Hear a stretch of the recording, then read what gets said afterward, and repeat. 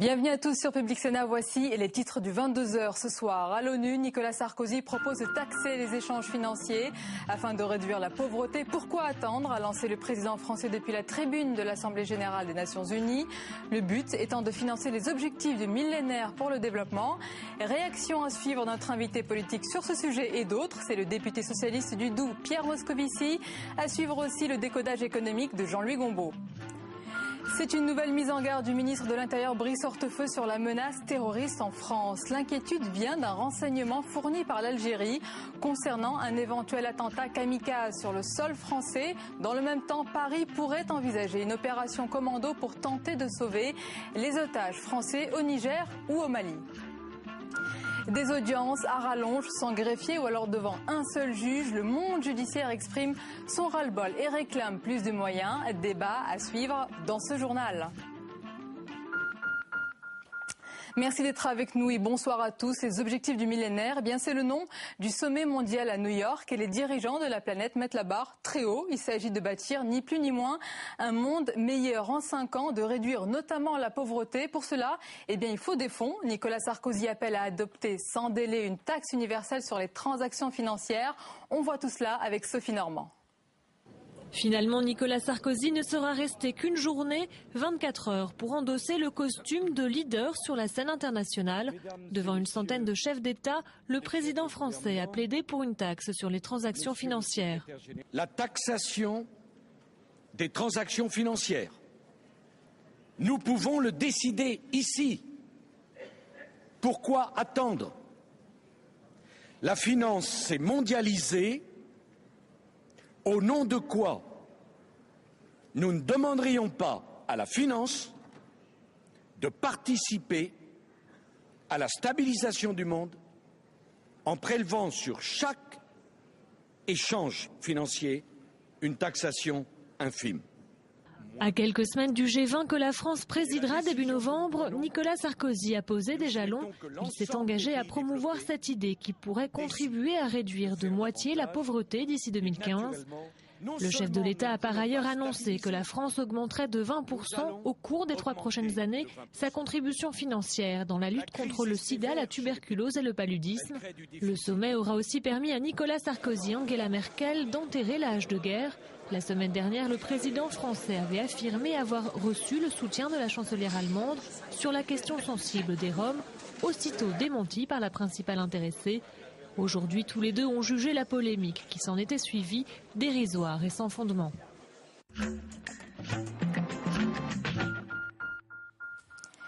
Et tout de suite, c'est l'analyse économique de Jean-Louis Gombault. Bonsoir Jean-Louis. Bonsoir Sonia. Alors, cette taxation, cette idée de taxation sur les transactions financières, elle n'est pas nouvelle, mais en quoi est-ce qu'elle consiste? Alors, elle n'est pas nouvelle, effectivement. C'est une idée qui date de 1972. C'est pour vous dire, ça fait près de 40 ans qu'on parle de cette histoire, du nom du prix Nobel Tobin, qui a été prix Nobel en 1978. Son idée était très simple. M. Sarkozy vient de la résumer. L'idée, c'est de prendre un petit impôt sur chaque transaction financière. À l'époque de Tobin, les transactions financières internationales, c'est à peu près 2000 milliards de dollars quotidiens.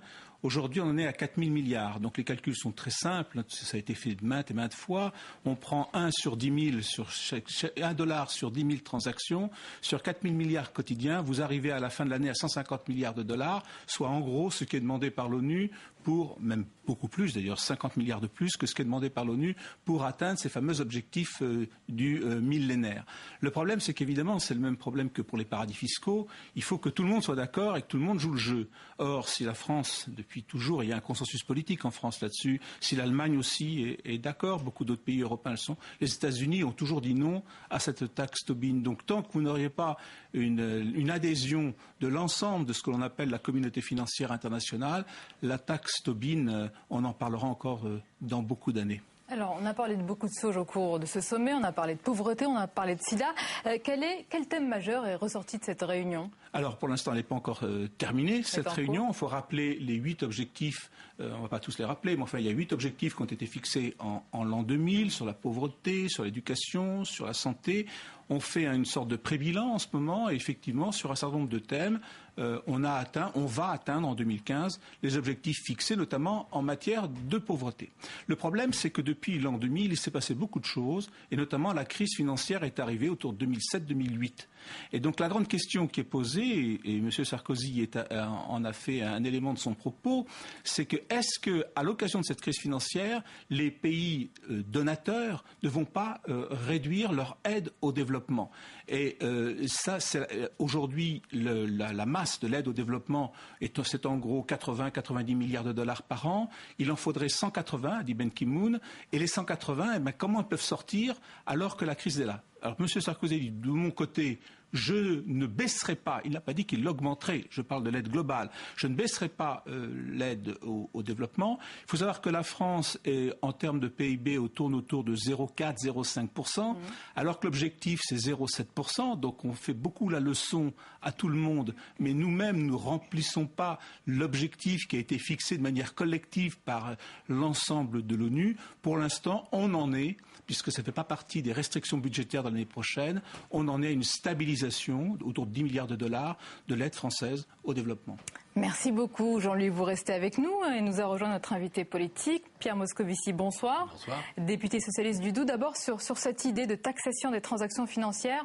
Vous êtes d'accord? Vous ne pouvez pas être contre? Oui, non, mais comme l'a dit Jean-Louis Gambeau, il y a un consensus dans la classe politique française. Il y a plus qu'un consensus d'ailleurs.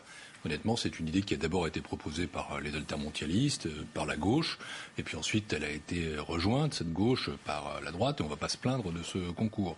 Bon, la difficulté est effectivement d'arriver à l'appliquer à l'échelle du monde.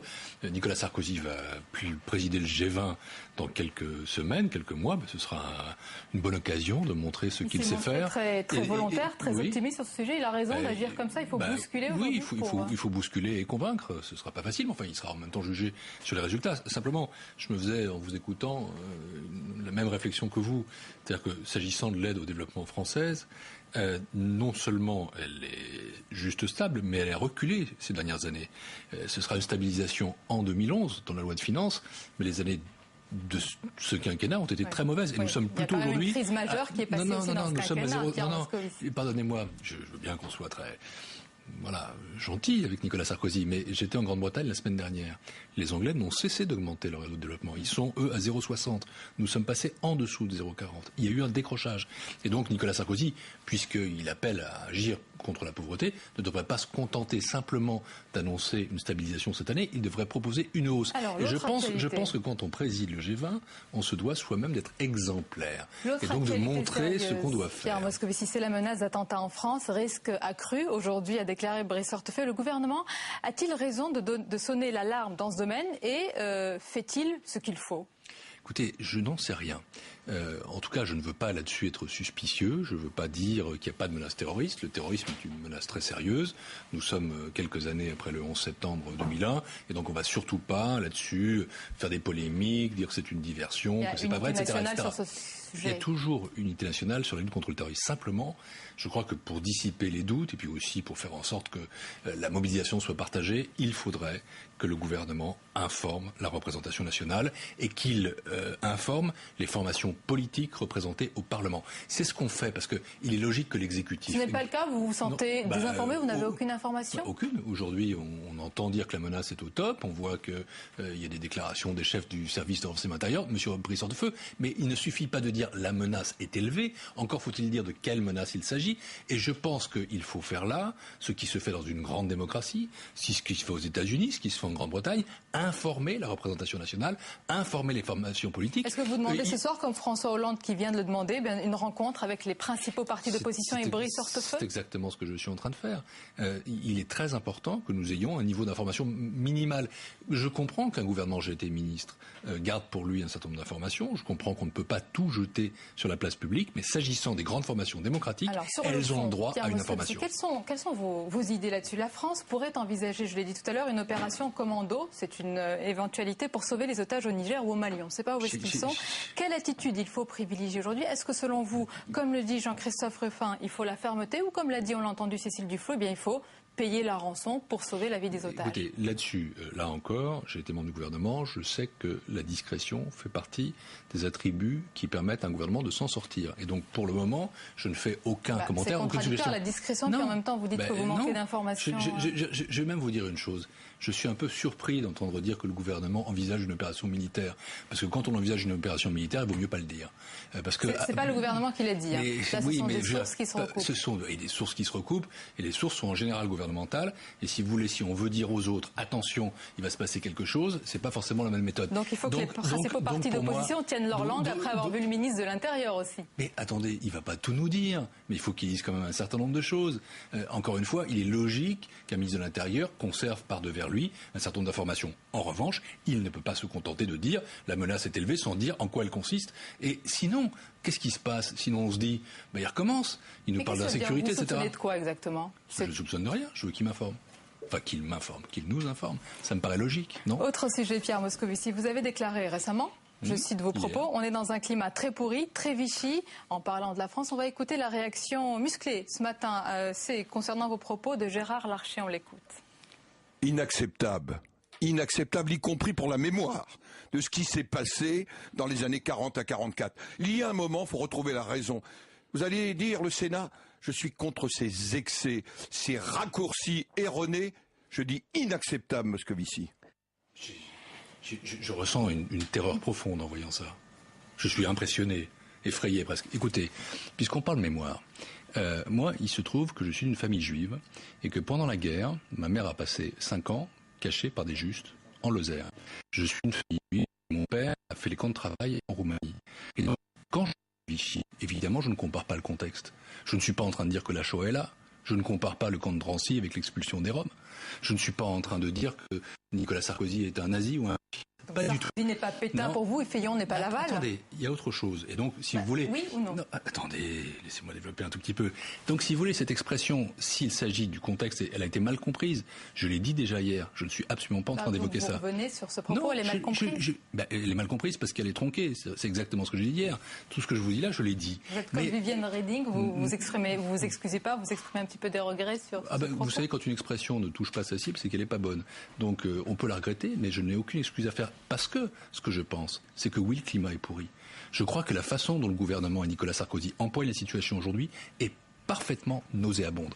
Quand on commence, comme dans le discours de Grenoble, à cibler les Français d'origine étrangère. C'est quoi un Français d'origine étrangère? Vous êtes une Française d'origine étrangère? Je suis un Français d'origine étrangère. Combien de grands-parents faut-il avoir? Et les politiques de déchéance de la nationalité, oui, ça a été fait à un seul moment dans notre histoire. Oui, quand on commence à stigmatiser les Roms pour leur origine ethnique, et là, Mme Reding a eu raison d'être en colère, et beaucoup de consciences sont choquées. Oui, ça n'est pas d'aller jusqu'à comparer avec ce qui s'est passé. Mais écoutez, ça, si vous voulez, c'est exactement ce qui se passe, et c'est pour ça que ce n'est pas à droit de sa part, et ça n'a pas été très à droite de la mienne, parce qu'après, on s'attire ce genre de réponse facile. Sur le fond, ce qui se passe aujourd'hui est scandaleux. Mais 2010 n'est pas 1940. Soyons clairs, Pierre Moscovici, est-ce que vous le pensez? Je viens de vous le dire. Mais si par contre, on remplaçait Rome par Juif, je vous assure qu'on serait dans un contexte très désagréable. Et donc, moi je le dis, la façon dont ce gouvernement est en train de piétiner les valeurs républicaines, et j'ajoute les valeurs européennes, c'est nul, c'est grave, c'est nauséabond, c'est effectivement quelque chose qui est inédit. Moi j'ai 53 ans, je dînais ce soir avec mon vieux père qui en a 85, il me disait, depuis que je suis en France, il est arrivé en 47, sortant des camps de travail, je n'ai jamais vu ça. On n'a jamais vu ça sous la République. C'est la vérité. Et donc, Nicolas Sarkozy, qui est élu en principe pour rassurer les Français, pour les rassembler, ce Nicolas Sarkozy, président de la République, il les divise, il les inquiète. Il y a dans ce pays un climat, vous le sentez bien, qui heurte les consciences. Et donc, si vous voulez, c'est ce que j'ai voulu dire. Et je le dis. Pierre Moscovici, on va parler de politique intérieure. Ce week-end, on a vu Olivier Besancenot aux côtés de Benoît Hamon. Il y a quelque temps, ce sont encore vos propos, vous exprimiez un léger malaise à ce rapprochement. Et là, on imagine que vous êtes au bord de la syncope. Non, est-ce que j'ai l'air d'être au bord de la syncope? Non. Et je vais redire ce que j'ai dit à l'époque, parce que j'ai pas changé. La photo ne me gêne pas. Moi, le 23 septembre, je serai dans la rue pour manifester contre la réforme des retraites. Elle vous plaît pas. Attendez. Et si je me retrouve à côté de militants du NPA, ça me gêne pas. Si je me retrouvais à côté de Besancenot, ça me gêne pas. Pierre Moscovici va défiler aux côtés d'Olivier Besancenot. J'ai été moi-même membre de l'École communiste révolutionnaire quand j'étais jeune, donc ça ne me gêne pas. Je sais qu'il y a une protestation qu'il s'agit de mener. Mais ce que vous voulez, la photo est une chose, ce qui compte, c'est le sous-titre de la photo. Si le sous-titre de la photo, on est ensemble contre Sarkozy sur les retraites, ça me va. Si c'est on va gouverner du mal. C'est ça le ciment, c'est l'anti-sarkozysme. Ça existe. C'est le seul, Simon? C'est la seule chose qui vous rapproche avec la gauche de la gauche? Avec la gauche à gauche, sans doute, parce que si je termine... Ça fait un programme, ça? Mais non, pas du tout, parce que justement... Ça fait un projet commun? Si ce que je suis en train de vous dire, si le sous-titre, le mien, si c'est « on va gouverner ensemble », ma réponse est non. Je ne gouvernerai pas demain avec Olivier Besancenot. Je ne veux pas que la gauche gouverne avec un parti qui pense que la culture de gouvernement est bonne à jeter aux chiens, que la réforme est une saloperie. Moi, je veux des gens qui ne se contentent pas de protester, mais de construire. Et le Parti socialiste doit rester sur son axe. Le Parti socialiste est un parti réformiste. Le Parti socialiste est un parti qui est conscient de la dureté du moment. Le Parti socialiste sait que nous sommes dans une crise. Le Parti socialiste sait qu'il aura à mener une politique de désendettement. Le Parti socialiste sait qu'il devra demander des efforts aux Français qui seront partagés différemment. Et donc, c'est pas avec Olivier Besancenot qu'on va diriger le pays demain. Et donc, vous avez énuméré toutes vos différences. Dans la protestation, oui, ensemble, complètement, sans gêne, mais dans le gouvernement, sans doute pas. Merci beaucoup. Oui, mais je dirais même sans aucun doute. Pierre Moscovici d'avoir été l'invité du 22h. La suite du journal avec, dans un instant, le débat du 22h, autour, je vous le disais tout à l'heure, du monde judiciaire qui, en partie, en tous les cas, entre en résistance pour dénoncer un manque de moyens chronique. On va en parler dans un instant avec nos invités. Juste après le tour de l'info, il est préparé pour vous ce soir par Simon Barbarie. Regardez.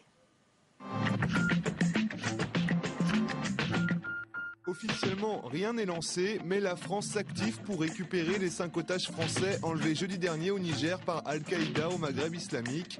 C'est la première fois depuis 25 ans que les autorités du pays autorisent les militaires français à utiliser leur espace aérien et terrestre. La menace terroriste sur le territoire français est réelle. Les sources algériennes font état d'un possible attentat suicide perpétré par une femme kamikaze dans les transports. Le plan Vigipirate niveau rouge est à un niveau renforcé.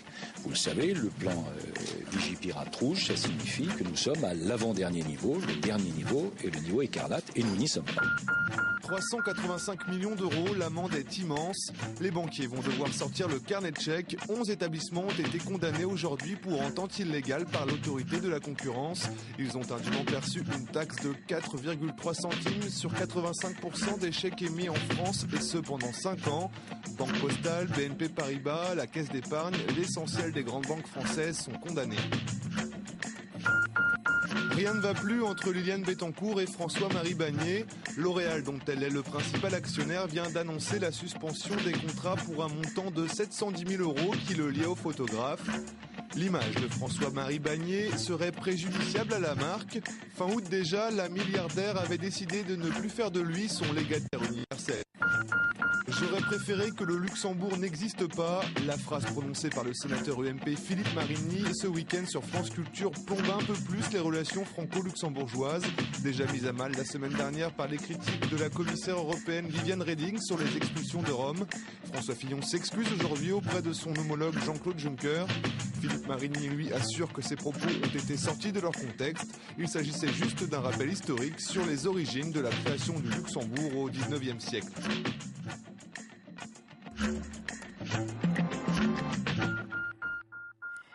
Le monde judiciaire est-il en ébullition? On va en parler avec nos invités ce soir. Guillaume Didier, bonsoir. Bonsoir. Porte-parole du ministère de la Justice et des Libertés. Et puis Mathieu Bonduel avec vous, bonsoir. Bonsoir. Secrétaire général du syndicat de la magistrature. On en parle tout de suite. Et on va parler de ce sujet d'abord. C'est une manière originale de montrer son opposition, son mécontentement pour dénoncer le manque de moyens d'un système qu'il juge menacé d'asphyxie. Magistrats, greffiers et avocats sont appelés à mener à partir d'aujourd'hui une grève du zèle.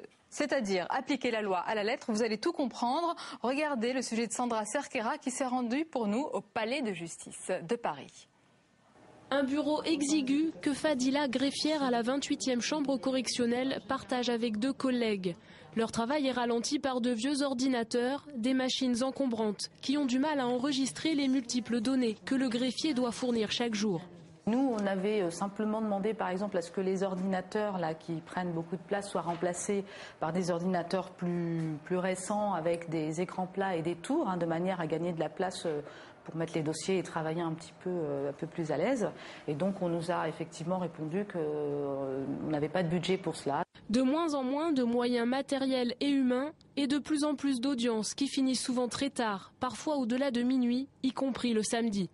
Si on travaille le samedi, qu'on démarre à 13h30, qu'on finit à 4h du matin, on est obligé de revenir le lundi matin parce qu'en général, on a laissé des dossiers un peu partout. Il faut tout mettre en état. 18 ans de carrière, bac plus 3, Fadila Tayeb gagne 2000 € par mois en comptant les primes. Elle et ses collègues se plaignent surtout d'avoir de moins en moins de temps à passer avec les prévenus et de laisser de côté l'humain. C'est une gestion de masse en fait. On n'a pas le temps de s'attarder sur chaque dossier, sur chaque cas. On aimerait parfois, quelquefois on arrive à trouver le temps parce que voilà, on est humain aussi, donc il y a des cas qui nous font plus réfléchir et pour lesquels on a envie de faire plus. D'après les syndicats, si la justice fonctionne encore, c'est grâce au dévouement du personnel. Mathieu Bonduel, plus de moyens, c'est ça ce que vous réclamez aujourd'hui, c'est ce qu'on entend depuis toujours. Oui, malheureusement, mais il faut le répéter malgré tout, puisqu'apparemment... quel que soit le pouvoir d'ailleurs. Oui, apparemment on n'est pas entendu, et même il y a un déni institutionnel, c'est-à-dire qu'à chaque fois on nous explique que la réalité est tout autre, que les statistiques sont excellentes, peut-être M. Didier va-t-il nous dire ça ce soir, avec des pourcentages mirobolants. Dans les juridictions, la situation n'est pas celle-ci, c'est-à-dire que les personnels font avec des bouts de ficelle, et c'est pas tellement d'ailleurs l'aspect matériel pur qui est en jeu, même si parfois effectivement la situation n'est pas reluisante, c'est surtout l'aspect humain, c'est-à-dire qu'il manque des effectifs, et il se trouve que la situation est de pire en pire puisqu'on recrute de moins en moins de greffiers et de moins en moins de magistrats, comme le démontre le rétrécissement du niveau des promotions d'élèves magistrats à l'École nationale de la magistrature. Alors les statistiques ? Écoutez, non mais moi je ne vais pas sous-estimer le mécontentement ou les inquiétudes des gens qui sont sur le terrain, des magistrats et des fonctionnaires. En revanche, là je ne partage pas du tout les slogans qui sont assénés depuis des décennies, les mêmes slogans depuis des décennies par certaines organisations syndicales, comme le syndicat de la magistrature, qui semblent vivre dans une tour d'ivoire et ignorer complètement les efforts considérables qui ont été faits pour la justice depuis quelques années. Alors je ne vais pas donner de statistiques, simplement un chiffre. Depuis 2002, le budget de la justice a augmenté de plus de 50% et il y a eu des milliers et des milliers de recrutements d'emplois. Ce sont des efforts considérables qu'ont fait les Français pour améliorer le fonctionnement de la justice. Il est vrai qu'on revenait de loin, mais on peut demander toujours plus, mais il faut aussi reconnaître ce qui va mieux. Alors, on n'a jamais autant recruté de magistrats. On a plus de 1200 magistrats recrutés depuis 2002. C'est un effort énorme. Peut-être un chiffre contre un chiffre. En 20 ans, le nombre d'affaires, il a augmenté, il a explosé de 235%. C'est pour ça qu'on a aussi et qu'on continue à réformer nos procédures. Parce qu'on ne peut pas toujours demander à dépenser plus, il faut aussi dépenser mieux. Michel Alliot-Marie est en train de réformer la procédure pénale, est en train de réformer les procédures civiles, par exemple la simplification de la procédure de divorce. C'est pas pour faire plaisir au microcosme parisien des syndicalistes magistrats ou des cabinets ministériels. C'est parce que ça a des conséquences concrètes sur le fonctionnement des juridictions et donc pour les Français. Conséquences concrètes, donc vous les vivez ? Bien sûr, mais le microcosme parisien, mais qui me parle là ? Le porte-parole du ministère de la place Vendôme. Bon, je crois pas que M. Didier soit allé dans une juridiction depuis longtemps pour dire cela. La réalité, non, depuis beaucoup plus récemment que vous. La réalité, c'est que dans les juridictions, on n'y arrive plus et on n'y arrive pas. Alors on peut dire, c'est le même discours depuis toujours, mais puisqu'on parle de chiffres, même si j'aime pas les batailles de chiffres, il se trouve que la France est classée au 35e rang sur 43 pays européens analysés par une commission qui n'est pas le syndicat de la magistrature, c'est la Commission européenne pour l'efficacité de la justice, et que en 2005, on était mieux classé. On était 29e. Donc la situation est de pire en pire. Alors évidemment, M. Didier me dit non, et il me sort donc ces chiffres mirobolants auxquels je m'attendais, mais qu'il aille en juridiction, et il verra qu'il y a un malaise, sinon il n'y aura pas 18 organisations pour appeler à ce mouvement qui commence aujourd'hui. On peut parler, mais bien sûr qu'on le reconnaît, mais c'est évident. On parle du classement du Conseil de l'Europe. Et on parle des systèmes judiciaires qui sont totalement différents, qui n'ont rien à voir. Plus personne aujourd'hui dans une conception moderne n'évalue l'efficacité d'un système au niveau de la dépense. Pour faire simple, c'est pas parce qu'un système judiciaire est très coûteux qu'il fonctionne mieux. Donc c'est pas parce que en Espagne on dépense plus pour l'immobilier simplement parce qu'ils ne logent pas les juges et les procureurs dans les mêmes locaux que le système fonctionne mieux. Mais plus concrètement, excusez-moi de revenir un petit peu terre à terre, je ne sais pas, pour un téléspectateur ou pour n'importe quel citoyen que nous sommes, ça, on a quand même cette impression que la justice vraiment elle est submergée, qu'elle est dépassée, etc. C'est une réalité aujourd'hui, malgré tous ces moyens qui sont mis en place. La réalité, c'est qu'il faut continuer les efforts. Et on est dans un contexte budgétaire extrêmement difficile. Les Français vivent la crise de plein fouet. Tous les ministères réduisent le budget et les effectifs, sauf le ministère de la Justice. Ce qui prouve bien que la justice fait toujours partie des priorités du gouvernement, avec un budget en hausse et des créations d'emplois. Non seulement on n'est pas touché par le non-remplacement d'un fonctionnaire sur deux, mais en plus, au ministère de la Justice, on continue à embaucher des personnels pénitentiaires, des personnels d'insertion et de probation, et des greffiers, parce que nous sommes arrivés à un nombre de magistrats satisfaisant. Si vous voulez, en revanche, nous sommes d'accord, il manque des c'est- greffiers dans les juridictions. C'est la raison pour laquelle un effort particulier est fait pour le recrutement de greffiers. D'accord. Allez dire ça au greffe correctionnel du tribunal de Paris, dont les greffiers se sont mis en grève reconductible il n'y a pas si longtemps que cela, parce qu'ils ont des milliers d'heures supplémentaires à rattraper, à tel point, au fond, que s'ils pouvaient les prendre, ils seraient quasiment à la retraite. Allez leur dire ça, avec ce langage très technocratique, très présentable, ça n'est pas la réalité. Et je voudrais le dire quand même, parce que on ne demande pas une augmentation, hein. Là, on ne demande pas de la considération. On demande juste à pouvoir faire notre travail dans de bonnes conditions pour les gens. C'est-à-dire que c'est un service public, la justice. On rend un service aux gens. Bon, et on ne peut plus le faire dans de bonnes conditions. C'est la raison pour laquelle on entreprend ce mouvement en demandant de respecter la durée des audiences, en faisant en sorte qu'il y ait des greffiers à l'audience quand cela est prévu, pour qu'il y ait une justice de qualité. Parfois, certains peuvent vous dire, est-ce qu'il ne faut pas assouplir les règles, être moins strict sur certaines choses, justement pour accélérer les choses, tout en rendant évidemment la justice en... Non, mais du temps à gagner, il y en a. Le problème, c'est que souvent, on le situe au mauvais endroit. Par exemple, récemment, on nous a dit qu'on allait simplifier les procès d'assises. Voilà, on nous a dit, vous verrez, quand l'accusé plaide coupable, reconnaît les faits, on passera très très vite sur les faits directement à la personnalité. Ça n'est pas accepté dans le monde judiciaire parce que c'est contraire à l'exigence d'une justice de qualité. Mais du temps, on pourrait en gagner. Par exemple, si on payait les experts, ils rendraient leurs expertises un petit peu plus vite. Et donc les procédures d'instruction, les fameuses procédures d'instruction, seraient moins longues. Si on payait les interprètes pour aller en prison, accompagner les experts, ce serait la même chose. Moi, ce que j'aimerais, c'est que le syndicat de la magistrature encourage les réformes et les 18 organisations qui étaient les mêmes il y a 20 ans quand vous manifestiez avec les mêmes slogans. Est-ce qu'on peut aussi rendre des comptes aux Français sur les milliards d'euros qui sont dépensés? On ne peut pas continuer comme ça à vouloir toujours dépenser plus, il faut aussi dépenser mieux. Soutenez plutôt la réforme du divorce qu'est en train de mettre en place Michel Alliot-Marie. On a vu une réforme récente en 2004 contre laquelle vous étiez, qui a permis aux gens de divorcer dans des délais beaucoup moins longs. Aucun Français... Par exemple, sur cet exemple concret justement qui peut toucher pas mal de Français, est-ce que c'est vrai? Est-ce qu'il y a eu des retombées concrètes? Est-ce que c'est facilité aujourd'hui comme procédure et donc on gagne du temps? C'est une procédure qui effectivement est facilitée. Simplement, il faut comprendre qu'on ne soit pas forcément pour toutes les facilitations, parce que il est important quand même qu'on puisse vérifier que les gens sont d'accord pour divorcer. Hein. C'est quand même, oui, c'est quand même le minimum. Apparemment, c'est pas une préoccupation au ministère, mais pour nous, on demande simplement au juge. On veut recentrer le juge pour le divorce sur son cœur de métier, qui est de trancher les litiges et les conflits. Et lorsque des époux sont d'accord pour divorcer, qu'ils sont d'accord sur les conséquences matérielles du divorce et qu'ils n'ont pas d'enfants mineurs en commun, à ce moment-là, leurs avocats respectifs préparent une convention qui est ensuite homologuée devant le juge sans audience, qui permet de faire gagner un temps considérable aux greffiers, aux magistrats et aux justiciables, parce que personne ne peut se satisfaire d'avoir une procédure longue de divorce. Le sondage avec notre partenaire lefigaro.fr, ce sont les internautes qui ont voté. Regardez la question, elle va s'afficher tout de suite sur votre écran. La justice, selon vous, a-t-elle les moyens de mener à bien sa mission? Eh bien non, à 55%, oui à 39%. C'est dire que les efforts doivent être poursuivis. C'est ce qui se passe et ça tombe bien. M. Didier est en rouge là, donc sur le... Voilà, vous avez bien vu. C'est un grand oui. Merci beaucoup, messieurs. C'est la fin de ce journal. Je vous en rappelle le principal titre. C'est à l'ONU, Nicolas Sarkozy qui propose de taxer les échanges financiers afin de réduire la pauvreté. Pourquoi attendre à lancer le président français depuis la tribune de l'Assemblée générale des Nations Unies? Le but étant, vous le savez, de financer les objectifs du millénaire pour le développement. Et avant de vous dire à demain, eh bien, je vous rappelle que demain, justement, c'est une journée spéciale sur Public Sénat. C'est une journée de soutien à Sakineh Mohammadi Ashtani. Vous le savez, c'est cette Iranienne condamnée à la lapidation. Les éditions du 19h et du 22h se mobilisent. L'occasion aussi de parler plus généralement de la situation des femmes en Iran et puis de la situation politique également. N'hésitez pas à nous laisser vos commentaires sur publicsénat.fr. Ils seront relayés demain à l'antenne. Bonne soirée à vous et rendez-vous demain.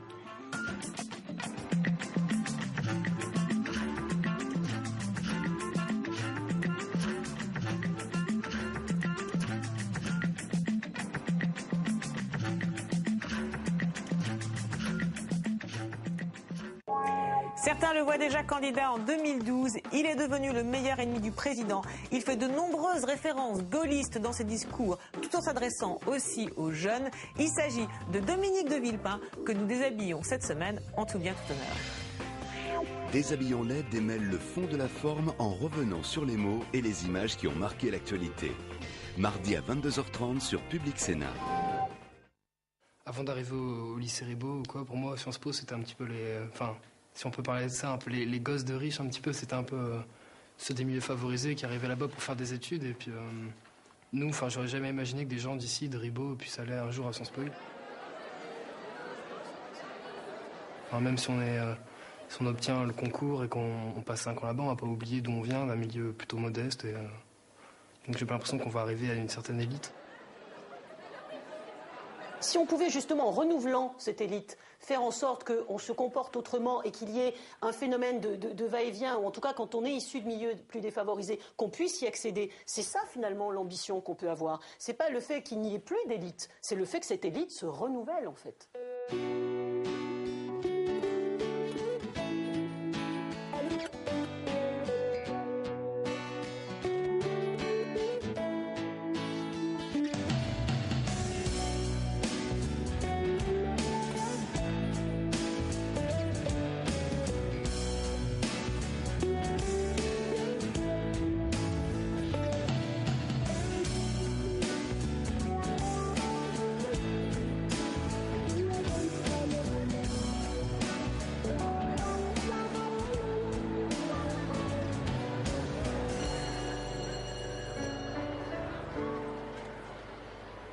Est-ce qu'on peut se réunir le mercredi? Alors, je rappelle que le concours de l'IEP, c'est début juillet. Donc, jusqu'à début juillet, évidemment, je vais vous laisser tranquille, d'une part, pendant la semaine du bac blanc, et d'autre part, pendant la semaine du vrai bac, on est d'accord. Mais ceci étant, il faut bien vous dire que ce sera tous les mercredis, alors de 13h30 à, on verra, hein, 14h30, 15h, ça dépend du travail que vous aurez à faire, de l'aide que je pourrais vous apporter, etc., etc. Tout le monde est d'accord avec ça? Bon, ben, ça me semble très très bien. Ce dispositif-là va servir finalement à rétablir cette égalité des chances en vous donnant un petit peu plus par rapport à vos camarades qui, eux, ont été, on va dire, plus gâtés par la nature ou au moins la naissance, en tout cas. Et finalement, grâce à ce dispositif intensif, grâce à un concours blanc d'abord, intégrer ensuite l'IEP pendant une semaine, hein, avec, on vous l'a dit, un internat au lycée Faidherbe, et vous permettre ensuite de passer le même concours que les autres. Les meilleurs d'entre vous réussiront. Ça a été le cas l'an dernier pour un de vos camarades de terminale, hein, qui a réussi à intégrer donc Sciences Po. C'est une aventure qui est à la fois intellectuellement intéressante pour nous, parce que les thèmes que vous allez travailler évidemment sont très intéressants. Et puis, je dirais, humainement, c'est aussi très très enrichissant.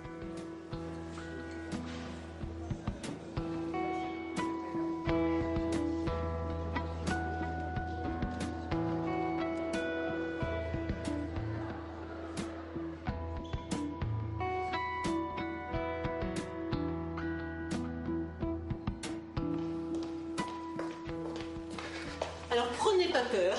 Il y a beaucoup de feuilles, beaucoup de papiers. Non, on n'a pas peur. Non, Ne vous inquiétez pas. ça va aller. C'est le début, c'est normal. C'est le début. Il faut... Oui, oui, c'est le début. Hop.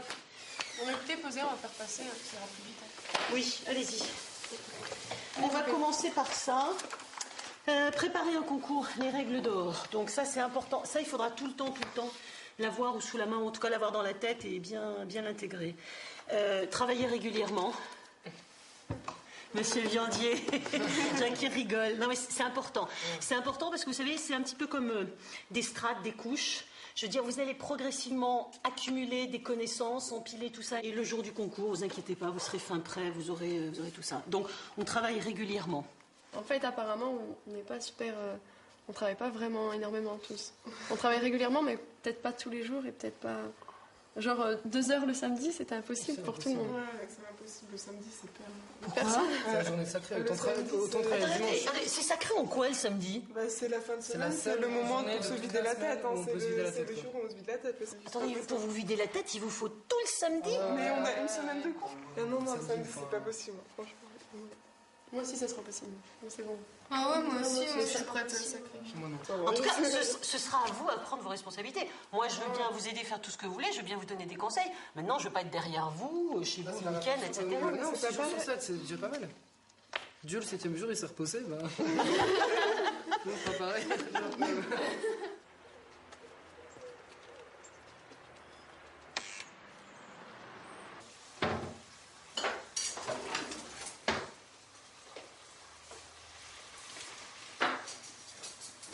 Au début, ouais, il plaisantait un peu, il me disait ouais, tu finiras ministre ou des trucs comme ça. Bah encore maintenant, des fois il... C'est vrai qu'on a rigolé un peu avec ça. Ouais, tu seras Premier ministre ou ouais, tu vas être président, des trucs comme ça, mais bon. Ça paraît quand même assez loin de... Inaccessible quoi. pas inaccessible, mais c'est quand même des grandes écoles, voilà quoi. Donc, moi, je savais qu'il était motivé pour poursuivre des études assez hautes, quoi. Mais la filière Sciences Po, j'y pensais pas du tout, quoi. On n'y pense pas, nous, tu vois. On pense plus à un BTS qu'à Sciences Po, quoi, tu vois. Ça nous paraît plus proche de notre réalité, quoi. Des études un peu moins hautes, ouais. Ouais, enfin même quand on était au collège ou quoi, on nous a jamais parlé de Sciences Po, quoi. On savait pas que ça existait, quoi. Avec un petit peu de recul, je suis pas surpris.